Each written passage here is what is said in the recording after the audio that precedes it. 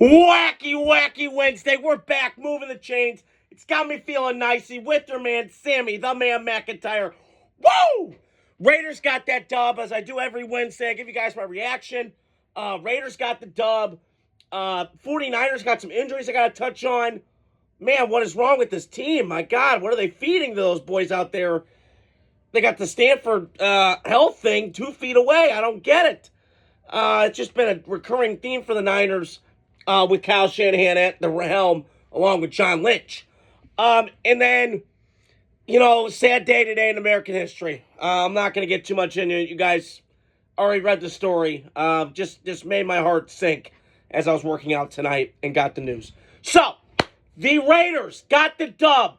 Finally beat that New England booty in Foxborough. Suck it, Bill. All those years getting harassed, getting beat up, tuck rule bullshit. We finally went to that house of horrors that the Raiders have had, Foxborough, and we got the dub. It was ugly. It was muddy. It was grimy. It didn't matter. This is a Raider team win. And the difference I had this year compared to last was they made adjustments at halftime. Now, look, they cannot play like that on offense where you get 5 just punts going back, have a great first drive and then just sputter. That's not going to work against everybody, okay?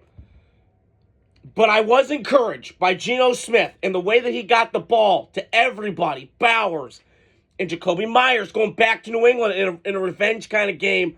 New England, he should be a Patriot, but whatever. Belichick getting on his petty bullshit, whatever, acting like a child. But be that as it may, I roll with that situation.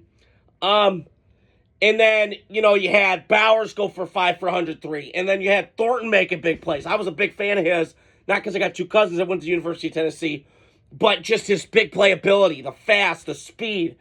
You saw it. And Geno can sling that pill. He drives me crazy at times. Some of the picks he throws, I'm like, oh, no, okay, good. But I'll tell you this right now. That was an impressive win. And New England's got some searching to do. But going into that game, I didn't have any doubt that they would win. Because if you looked at roster to roster, and I'm not a homer, I'm a realist when it comes to the Raiders.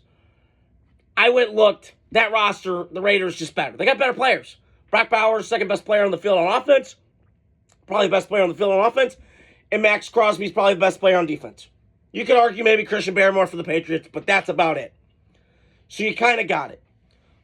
Gentee to me, listen, that pick was a little head-scratching when it happened. They got to do better. Offensive line has got to block better because they got to get that cleaned up. I mean, they just got to open lanes for him. I mean, his longest rush was 9 yards. I mean, I went back and watched that on NFL Live today at the gym. It was the same shit. It was running in behind the guy, not seeing. I mean, they just weren't opening holes for him. They weren't opening the Red Sea. So if they can do that, then I think the Raiders got a chance to be really explosive on offense. But they got to clean some stuff up. Now, I'm all for Geno slinging that pill, 362. I'm all for it, but you got to run the football. Like when I watched Chip Kelly last year, and he kind of got his resurgence at Ohio State, it helped he had Quinshon Judkins and Travion Henderson, but they ran the football last year at Penn State. Now, it did help for Ohio State. They had Mbuka, and they had Jeremiah Smith, who's still in college, who should be in an NFL team right now. He's the best receiver that I've ever seen come out of college in a long time. But, you got to run the football better. And Monday it's going to be a big challenge because Chargers are going to be rested. They played that Friday night game, and they've had kind of some time to recommute. So we'll see. I'm pulling for this thing for the Raiders. It was a very nice win. And to me with New England, it's you're kind of at a crossroads. Like, is Drake May Josh Allen or is he Sam Darnold? We don't know. And I do defend him because I go back to this, and I was thinking about this today.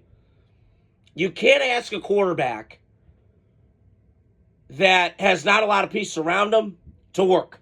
And New England has not done a good job. They just, I don't see any beep. I don't see any juice. And what's underwhelming is Josh McDaniels was supposed to be brought back because he's worked so well. But it just seems like the farther he's gone away from Tom Brady, not the same guy. So Great win for the Raiders. I was impressed. Gritty, gutty win. Pete Carroll getting his first win as a Raider. Got me feeling nicey. It felt great. And 1-0 to start the year. We got the next 2 games. Very key to our season. We got to play the Chargers at home, which is going to be a Raider home game pretty much. It is at home, but it's not much of a fan base, okay? And then we got to go on the road to the Commanders. That's going to be a hard challenge, but we'll see what happens. So the Niners, I just read before I got on here, Brock Purdy might be out Sunday against the Saints. Now, Niners should obviously, that's probably going to be one of my against the spread picks this week. Phil Sexton, I'm talking to you, big guy. I always do that for you.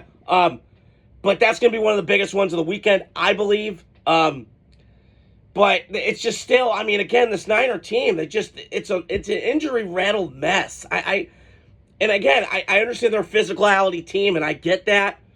But I said this before, they're very top-heavy. And you got Trent Williams having a toe injury. He's hurt. Christian McCaffrey's got the calf. George Kittle's out for a little bit. This just starts to add up, and it just... I get the schedule's been kind of... It got handed to them easy because they had a fourth... they finished 4th place last year, and a lot of that was just the injuries and all that. I could see Brock Purdy playing. Even if he was playing, it'd still be a big spread to me. I don't know what the line is. I have to look at tomorrow. But to me, that's what I would do. But the Niners just scare me a little bit. I think they're getting old. And I didn't love their draft. I just thought it was kind of weird. It was kind of like Belichick near the end of New England with this draft. It's just... all that Kyle Shanahan stuff. GMs usually look for the future. Coaches draft to win now. It's kind of been the philosophy that I've always heard. But we'll see. I mean, listen, the Niners are still a competitive team in that division. Rams are good. It's going to be a 3-team race. I think it could be a 3-team. Arizona, don't trust them with a fucking mile because they got mental midget.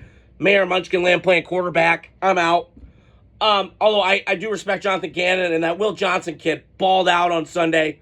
I saw some of the clips he had.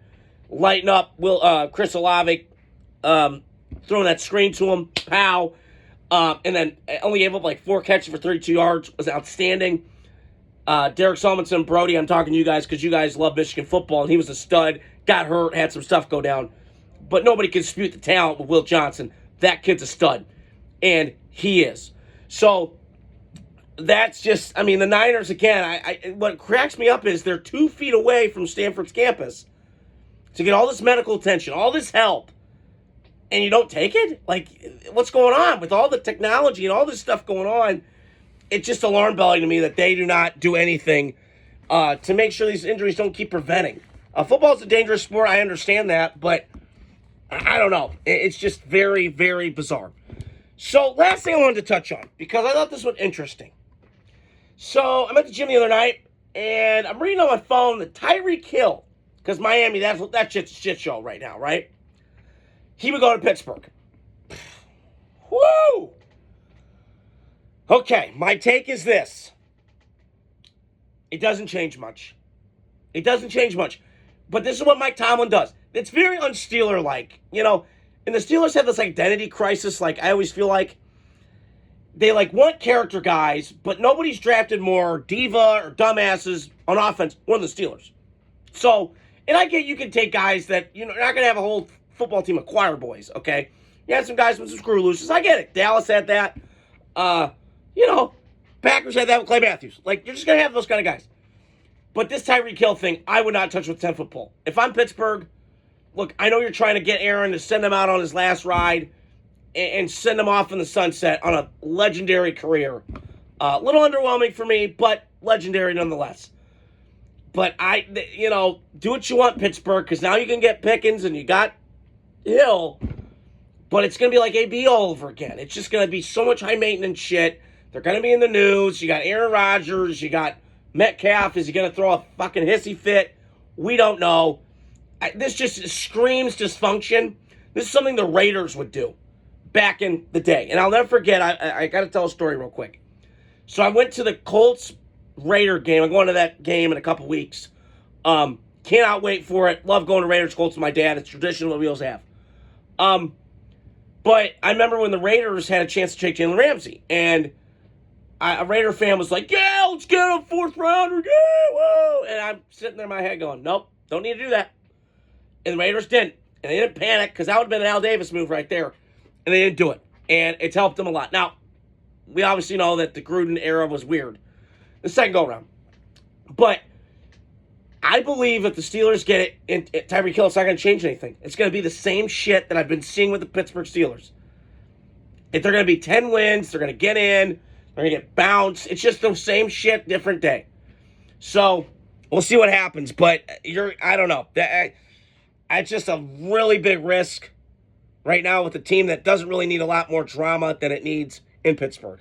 So, that's all I want to touch on tonight. Raiders got the dub. Very sad day in America. And just Tyreek Hill going to the Steelers, maybe, and the Niners, just to recap my podcast tonight.